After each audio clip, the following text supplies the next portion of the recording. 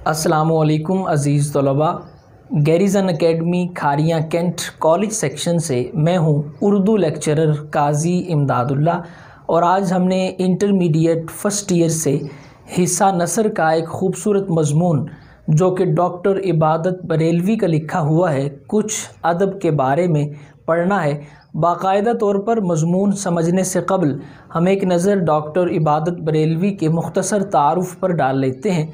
Doctor इबादत बरेलवी 1920 में दिल्ली में पैदा होते हैं। इब्तदाई तालीम हासिल करने के बाद मुकम्मल तौर पर उर्दू अदब के साथ मुंसलिक हो जाते हैं।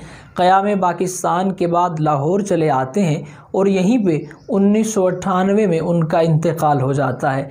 डॉक्टर इबादत बरेलवी की लिखी हुई मुख्तलिफ़ तसानीफ़ आज भी मुख्तलिफ़ बड़ी यूनिवर्सिटीज़ में बतौर निसाब पढ़ाई जा रही हैं।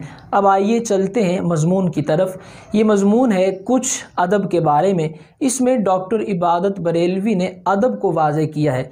अज़ीज़ तलबा, जैसे ही हमारे जहन में अदब का नाम आता है तो बिला ताख़ीर हम वो अदब सोचना शुरू कर देते हैं जो छोटे बड़ों का करते हैं, जो शागिर्द असातिज़ा का करते हैं, औलाद वालिदैन का करती है। ये अदब ज़रूर है लेकिन ये अदब का एक जुज़ है।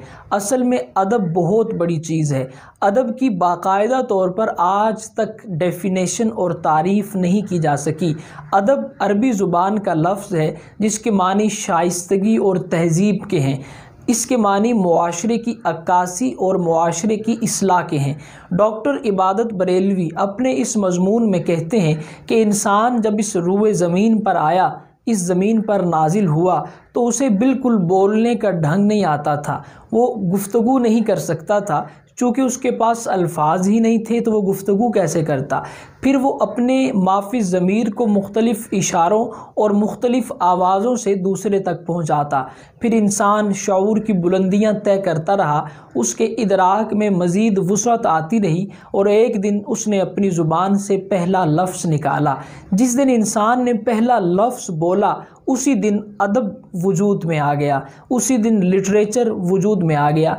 फिर बर्र सग़ीर पाक व हिंद की खुसूसन बात करते हुए डॉक्टर इबादत बरेलवी लिखते हैं कि यहाँ पे जब अदब वजूद में आया तो मुख्तलिफ़ शायरी उसका पहला जीना बनी। मुख्तलिफ़ किस्म की शायरी की गई। मुख्तलिफ़ देहातों के चौक में बैठ के, चौराहों में बैठ के शायरी की जाती और फिर आहिस्ता आहिस्ता शायरी ने यहीं से मुख्तलिफ़ बादशाहों के दरबारों तक का सफ़र किया और फिर शायरी वजूद में आती गई।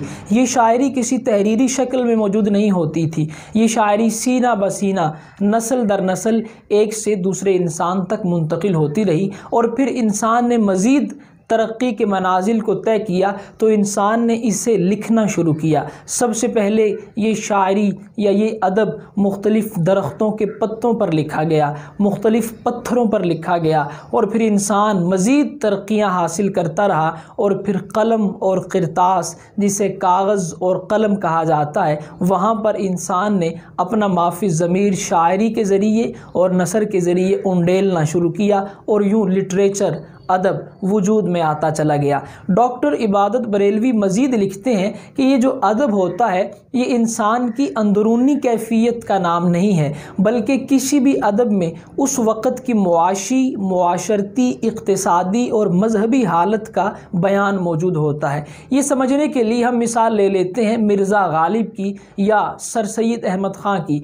आप जानते हैं कि सर सैयद अहमद ख़ां की तहरीरों में और मिर्ज़ा गालिब की शायरी में उनके अंदरूनी कैफियत की ही अक्कासी नहीं है, बल्कि मिर्ज़ा गालिब की तमाम शायरी में 1857 की जंग आज़ादी नज़र आती है, गदर के वाक़यात नज़र आते हैं, दिल्ली की सूरत हाल नज़र आती है। सर सैयद अहमद ख़ां के मज़ामीन में उस वक़्त के मुसलमानों की मजमूई सूरत हाल नज़र आती है, मजहबी भी, मुआशी भी, तालीमी भी, इक़्तिसादी भी। गोया अदब वो होता है जो अपने ज़माने की भरपूर अक्कासी करता है, मुकम्मल अक्कासी करता है। अब डॉक्टर इबादत बरेलवी एक कदम और आगे बढ़ाते हैं और कहते हैं कि इंसान अदब तख्लीक क्यों करता है, ये अदब वजूद में क्यों आता है, क्या ज़रूरत पड़ती है कि इंसान अदब को वजूद में लाता है। तो इस सिलसिले में डॉक्टर इबादत बरेलवी ख़ुद ही जवाब देते हैं कि चूँकि इंसान एक समाजी मखलूक है जिसे सोशल एनिमल कहा जाता है,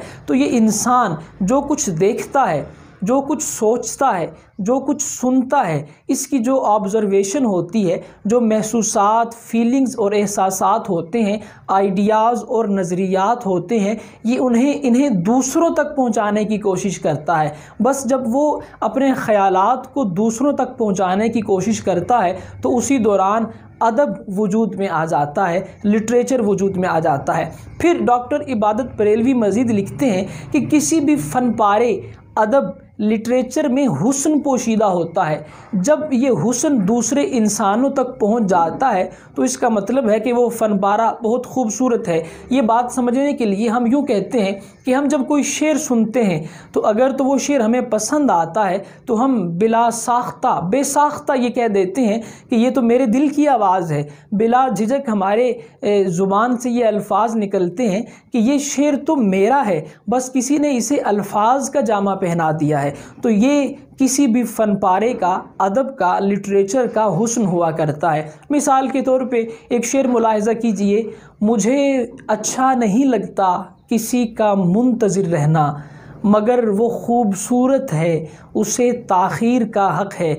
जब ये शेर मैं पढ़ता हूँ तो अगर मुझे ये महसूस हो कि ये शेर तो मेरे दिल की आवाज़ है, बस शायर ने मेरे दिल की आवाज़ को अल्फाज का जामा दिया है, तो बस यही अदब का हुस्न होता है।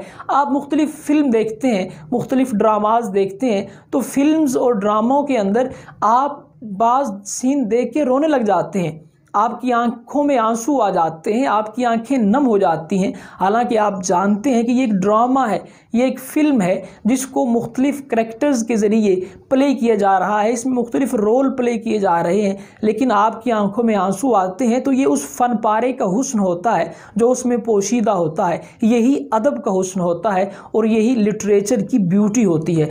डॉक्टर इबादत बरेलवी के इस लिखे हुए मज़मून से हम ये नतीजा अख़ज़ कर सकते हैं कि अदब किसी भी मुआशरे का अक्कास होता है, अदब मुआशरे में रोशनी की मानिंद होता है, अदब इनक़लाब का पेश ख़ैमा होता है, अदब लाफ़ानी होता है और अदब के बग़ैर मुआशरे में तरक्की हरगिज़ मुमकिन नहीं हो सकती। यही है जो कि डॉक्टर इबादत बरेलवी ने अपने इस मज़मून में हम तक बात पहुँचाने की कोशिश की है।